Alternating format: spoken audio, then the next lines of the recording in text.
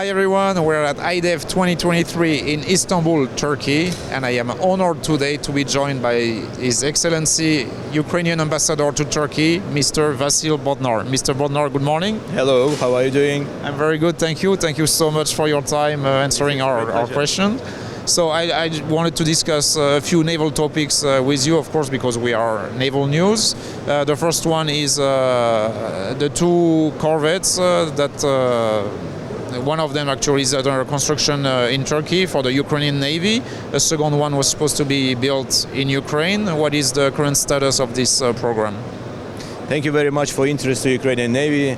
Still, today we are defending our soil from the Russian aggression, and close cooperation with Turkey have a considerable influence on our defense capabilities.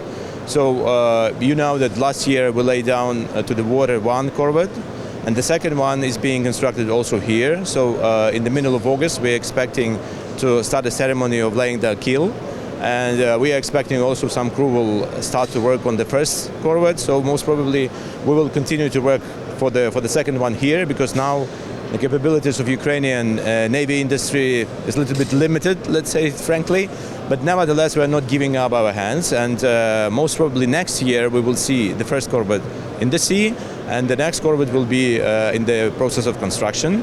So also we will receive some supplies from foreign countries, including France, which will be also equipped with this, the first Corvette and most probably the second one. All in all, we have memorandum signed previously for 4 Corvettes, and it depends on the situation on the front line. We will see how the constructions will go on and where we could do. Because originally, you're right, it was the idea to also continue construction in the Ukrainian shipyards. But today, due to the military activities and danger, so most probably they will be constructed here in Turkey. The crew will be able to get training in a Mediterranean Sea or somewhere else outside of the Black Sea? First of all, they will start training in the land with the equipment, with the engines, with the ammunition and artillery, and all the system they will have. So it's still land training. Then, when the ship will be going to the sea, most probably it will be doing here in the rounds of the ports where it is located.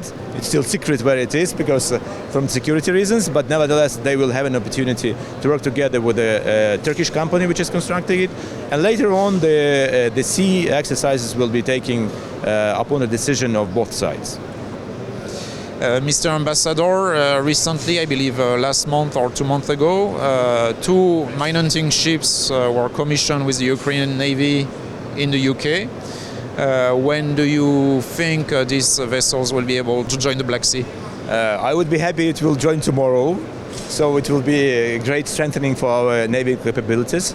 But actually now the straits for military ships are closed, so most probably we will be raising these issues in the nearest weeks, when we will be understanding when the ships could leave Great Britain and come here. But most probably we could think about, let's say, bringing them later on for not being damaged, or let's say preserve them for the future Ukrainian Navy, which will be controlling our coastline and protecting our soil from possible attacks from Russia. Because still, we will have a long coastline, including Crimea, Sea of Azov, and so most probably they will be needed in a future time. Be very busy clearing the mines. Sure. Still, Russians are trying to prevent us from controlling our territorial waters, from turning back Crimea, but they will fail, and then these minesweepers will be let's say, in protection of our soil from most probably their mines, because we have been witnessing a lot of mines have been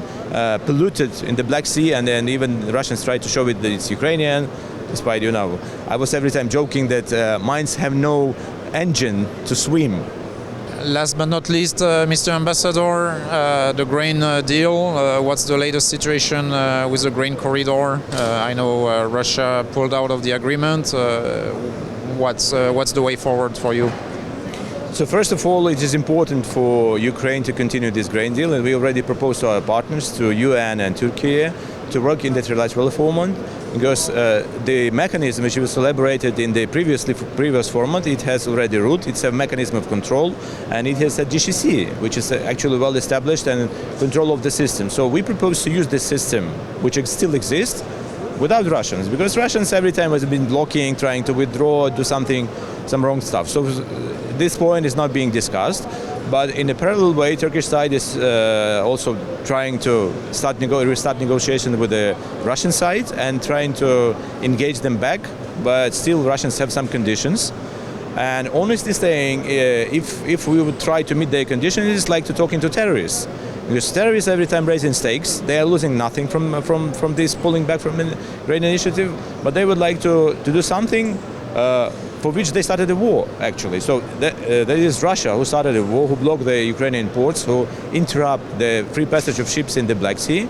And now, what is very essential, just not to be misled by this terrorist state, but to find a compromise with the engagement of more states. For example, with the states which are dependent on the grain.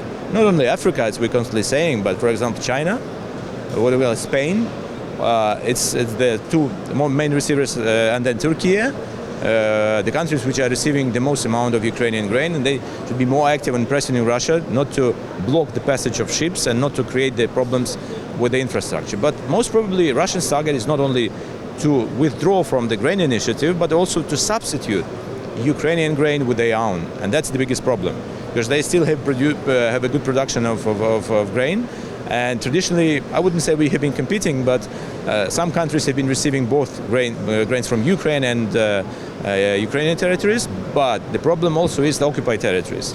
So Russia is still occupying 17% of our territory, and majority of it is the grain fields. It's the territories which have been traditionally producing grain for export, and now they are stealing it, bringing it to Russia, and then trying to sell it abroad. That's also an illegal trade, which should be for which Russians should be brought to responsibility.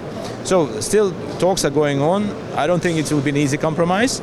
And will it be sooner or later? It is still would be speculation from my side. But the efforts we are putting, they are being done in different directions, and we are trying also to work not only with the existing grain corridor, but also to try to use different formats, some like from the Danube River. What Russians are doing, they are not only blocking and withdrawing from the initiative, but also trying to destroy our infrastructure and also destroy the grain, which is already collected in some ports and silos. It is also crime, because people need this grain. Up to 400 million people are dependent on Ukrainian grain, and to shut it down and or broke it or destroy it, it is also a crime. But they, as a terrorist state, they're not taking responsibility for these crimes. We need to bring them to responsibility. That's the duty of the whole world. Mr. Bodnar, thank you very much. Thank you very much too. It's a great pleasure. Thank you. Thank you. Thank you.